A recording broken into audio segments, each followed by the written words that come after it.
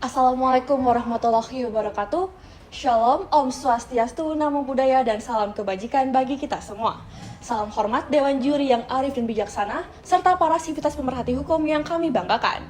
Perkenalkan, kami dari tim Karl Marx dengan saya Kristalina Wijaya selaku pembicara pertama yang akan membuka panorama perdebatan hari ini dari sisi filosofis. Bersama rekan saya Misha Keng selaku pembicara kedua dari posisi pro dan Shannon Megan Sulistyo selaku pembicara ketiga dari posisi kontra.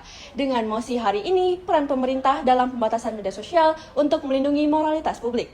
Selamat menyaksikan. Presiden Amerika Serikat John F. Kennedy pernah mengatakan bahwa perubahan adalah hukumnya kehidupan dan mereka yang hanya mencari masa lalu atau masa kini tentunya akan kehilangan masa depan. Berangkat dari hal tersebut, Dewan Juri mosi hari ini sekiranya berbicara mengenai transformasi. Tetapi perubahan manakah yang lebih baik? Dengan atau tanpa intervensi? Itulah yang menjadi titik perdebatan kita pada hari ini. Dewan Juri yang terhormat, sebagaimana yang telah kita ketahui bersama, Indonesia saat ini tengah memasuki era revolusi industri 5.0, sebuah periode di mana masyarakat hidup berdampingan dengan perkembangan teknologi yang semakin canggih. Hal ini memudahkan masyarakat seperti dalam penggunaan bermedia sosial sebagai platform utama untuk mengekspresikan diri dan membentuk hubungan sosial dalam dunia maya. Inilah yang kemudian menjadi salah satu buih pertanyaan besar bagi kita semua. Apakah kemudian kemajuan zaman yang semakin progresif ini memerlukan suatu mekanisme khusus yang berada pada kendali pemerintah guna mengontrol karakter serta melindungi moralitas publik dengan kemungkinan intervensi yang berlebih? Atau perlukah kita memberikan ruang kesempatan bagi masyarakat untuk berkembang, bahkan tanpa adanya jaminan konkret akan perlindungan moralitas publik? Biarlah pertanyaan ini kita resapi bersama-sama. Namun, kendati demikian Dewan Juri tidak dapat dipungkiri bahwa fenomena ini juga berpotensi menimbulkan tantangan baru. Menumpuknya ujaran kebencian adalah satu contoh dari sekian masalah yang semakin mendesak. Pada tahun 2020, Indonesia diposisikan sebagai negara dengan netizen yang paling tidak sopan di Asia Tenggara. Bukan tanpa dasar, tetapi berdasarkan laporan dari Digital Civility Index dari Microsoft. Hal ini sangat mengkhawatirkan mengingat moralitas masyarakat dalam melakukan interaksi di ruang publik patut dipertanyakan kembali. Apakah memang telah sesuai dengan apa yang diharapkan oleh pasal 28J Undang-Undang Dasar Negara Republik Indonesia tahun 1945 yang menyatakan bahwa kebebasan berpendapat tersebut juga perlu dibatasi, mengingat adanya pengakuan atas hak dan kebebasan orang lain. Kami paham Dewan Juri bahwa kebebasan berpendapat sejatinya adalah hak demokratis masyarakat, sebagaimana tercantum dalam pasal 28F Undang-Undang Dasar Negara Republik Indonesia tahun 1945, yang menjelaskan bahwa rakyat memiliki hak penuh untuk dapat mengemukakan pendapat, baik secara tertulis maupun secara lisan, sehingga menjadi penting bagi kita untuk menciptakan pola keteraturan dalam bermedia sosial dengan suatu pembatasan yang jelas tanpa merenggut nilai konstitusional yang dijamin oleh undang-undang. Lantas Dewan Juri yang terhormat, mekanisme dan solusi seperti apakah yang akan efektif bagi mosi perdebatan kali ini? Mengingat dengan adanya pembatasan di media sosial oleh pemerintah, meski memiliki maksud dan tujuan yang baik, terkadang dapat memberikan persepsi yang berbeda bagi masyarakat. Mereka merasa terkekang dan hak mereka untuk berekspresi seolah diintervensi. Di sisi lain, perlu dipertanyakan pula apakah tepat untuk memberikan kebebasan yang tidak dibatasi. Mekanisme dan solusi yang diperlukan untuk mencapai kesepakatan pastinya harus memberikan rasa aman dan ketenangan bagi masyarakat untuk melindungi hak demokrasi mereka. Sekian argumentasi saya dari pembicara 1, salam demokrasi. To respect, to protect, and to fulfill. Ketiga hal yang menjadi fundamental bagi negara dalam konteks state responsibility. Apabila kita korelasikan dengan mosi perdebatan pada hari ini, pemerintah siokyanya menjadi kunci dalam mencapai perubahan mobilitas masyarakat yang lebih baik. Perlindungan moralitas masyarakat yang ingin dicapai pada hari ini melalui mekanisme kamilah yang akan terselenggarakan dengan lebih baik. Dewan Juri yang terhormat, para sivitas pemerhati hukum yang berbahagia, serta rekan berpikir kami dari tim kontra yang amat kami banggakan. Perkenalkan, saya Michelle Keng selaku pembicara kedua yang pada kesempatan hari ini bertindak sebagai tim pro dengan mosi peran pemerintah dalam pembatasan media sosial untuk melindungi moralitas publik. Dewan Juri yang terhormat, tidak dapat dipungkiri bahwasannya hak kebebasan berpendapat seharusnya dapat dimiliki oleh seluruh masyarakat Indonesia sebagaimana diatur dalam pasal 23 Undang-Undang Nomor 39 Tahun 1999 bahwa setiap orang bebas untuk mengeluarkan dan menyebarluaskan pendapatnya melalui media elektronik yang salah satunya adalah media sosial. Namun, kita juga tidak dapat mengabaikan fakta penting akan nilai kebebasan itu sendiri. Apakah terlalu berlebihan akan menjadi suatu hal yang baik? bukankah seharusnya dibatasi? Hal ini nyatanya telah diamanatkan dalam pasal 28J Undang-Undang Dasar Negara Republik Indonesia tahun 1945, di mana kebebasan yang dimiliki oleh setiap individu perlu dibatasi dengan maksud untuk menjamin pengakuan atas hak dan kebebasan dari orang lain. Dengan pertimbangan salah satunya ialah moral. Hal ini tentunya diperlukan Dewan Juri untuk mencapai moralitas publik yang baik dan terstruktur, sehingga menjadi wajib apabila negara memberikan suatu sistem perlindungan terhadap hak individu yang komprehensif.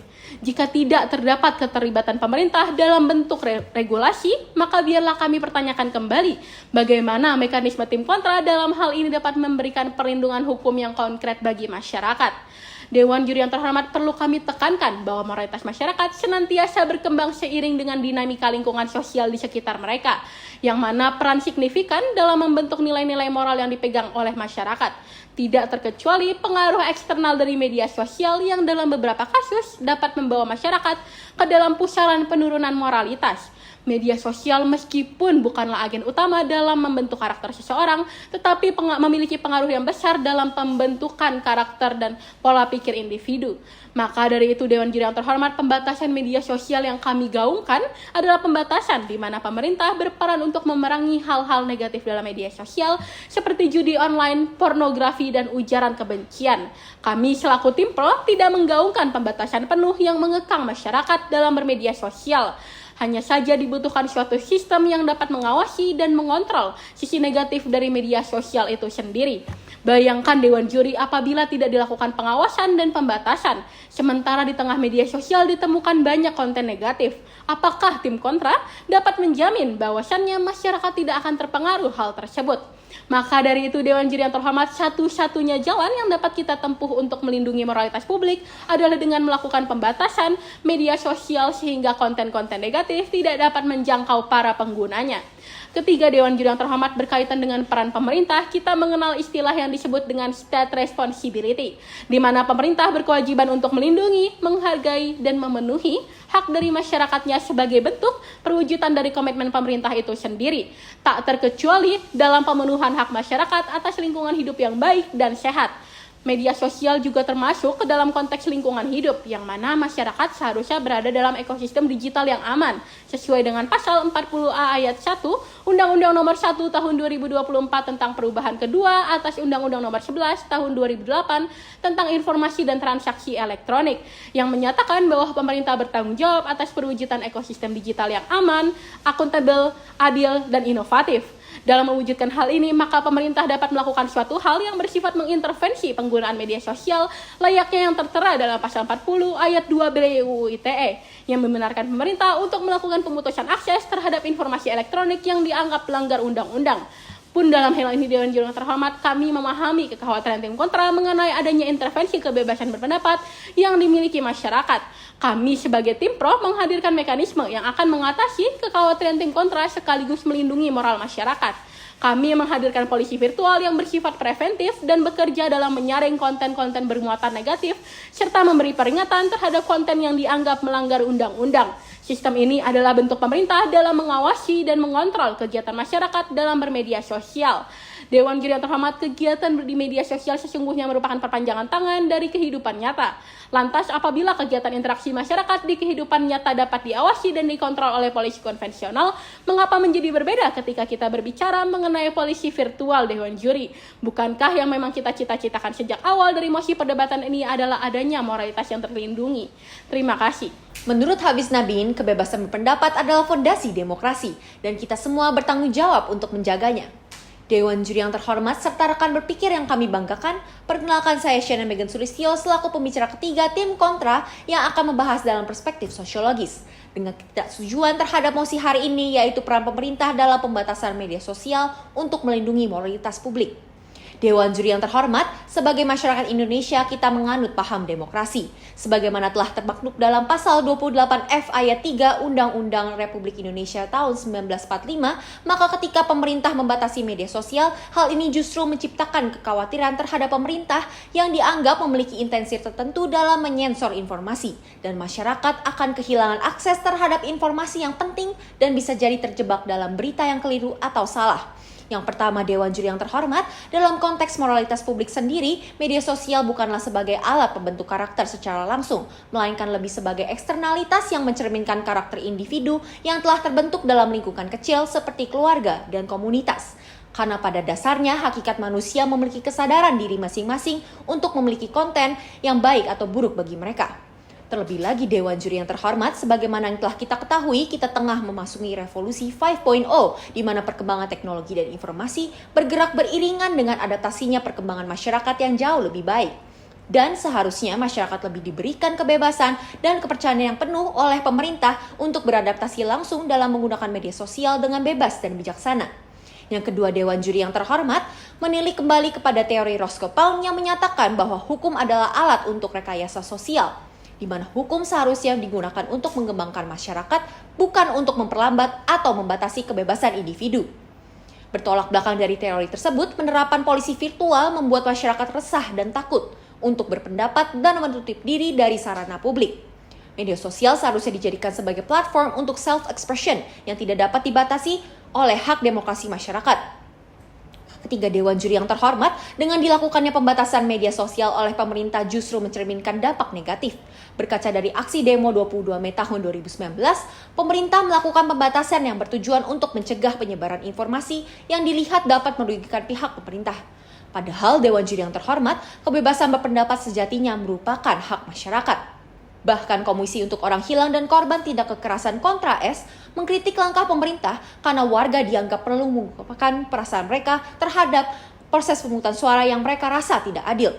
Dewan Juri yang terhormat, bahkan ini membuat masyarakat mulai kehilangan kepercayaan terhadap pemerintah dengan penggunaan perangkat lunak Virtual Private Network (VPN) untuk melewati batasan tersebut. Sudah jelas Dewan Juri yang terhormat bahwa hal ini sangat melukai hak demokrasi masyarakat.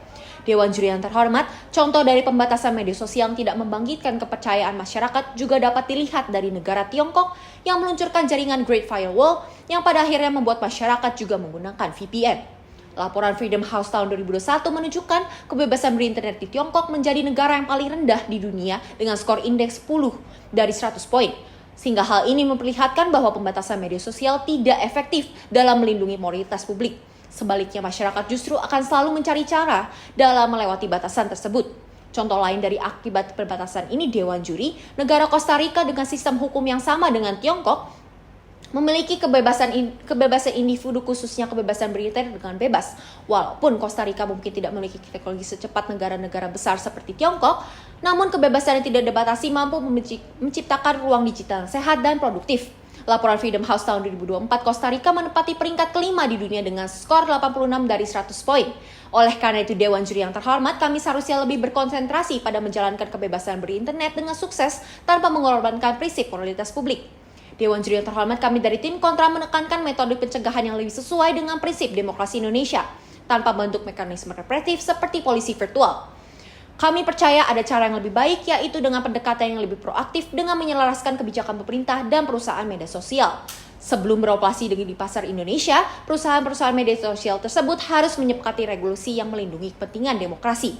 Dengan demikian, Dewan Juri yang terhormat, tim kontra kembali menyatakan ketidaksetujuan kami terhadap mosi ini dengan membawa solusi yang tepat sasaran, yakni pengawasan dilakukan melalui mekanisme internal perusahaan itu sendiri berdasarkan kesepakatan awal, bukan melalui intervensi langsung pemerintah yang berpotensi membatasi hak-hak masyarakat. Sehingga kami yakin bahwa dengan memperkuat regulasi yang ada dan menjalin kemitraan strategis dengan platform media sosial dapat menciptakan ekosistem digital yang sehat tanpa mengorbankan prinsip demokrasi masyarakat. Terima kasih. Dewan Juri yang terhormat, setelah mengarungi samudera perdebatan yang kian lama, kian deras arusnya, maka telah sampailah pula kita pada akhir perjalanan dialektika kita hari ini, di mana secara keseluruhan baik tim pro maupun tim kontra keduanya tentu memiliki pokok tujuan yang sama, yakni untuk mengurangi eksternalitas negatif dari platform media sosial yang hingga saat ini masih digunakan secara aktif oleh masyarakat. Meski terdapat satu rongga kelemahan yang jelas, yaitu berupa ketiadaan fungsi dari fungsi limitasi, filtrasi, dan controlling. Inilah yang kemudian menjadi akar fundamental dari titik perdebatan hari ini, yakni mengenai bagaimana kedua tim dapat memberikan obat untuk meningkatkan nilai moralitas masyarakat dengan cara yang diharapkan sebagai yang terbaik, dengan atau tanpa melibatkan intervensi dari pemerintah. Cara manakah yang dapat dinilai lebih efektif? Maka dari itu, Dewan Juri yang terhormat, izinkanlah saya untuk menuangkan kembali guratan argumen kami terhadap mosi hari ini. Yang pertama, bahwa tim pro mengajukan sebuah mekanisme berupa penciptaan polisi virtual yang didasarkan pada prinsip kepastian hukum dan keadilan hukum, guna memberikan supremasi perlindungan hukum yang lebih akuntabel dan komprehensif bagi para individu di dalam ekosistem dunia maya. Implementasi terhadap praktik ini diharapkan dapat memperbaiki moralitas masyarakat yang kian lama kian meruntuh.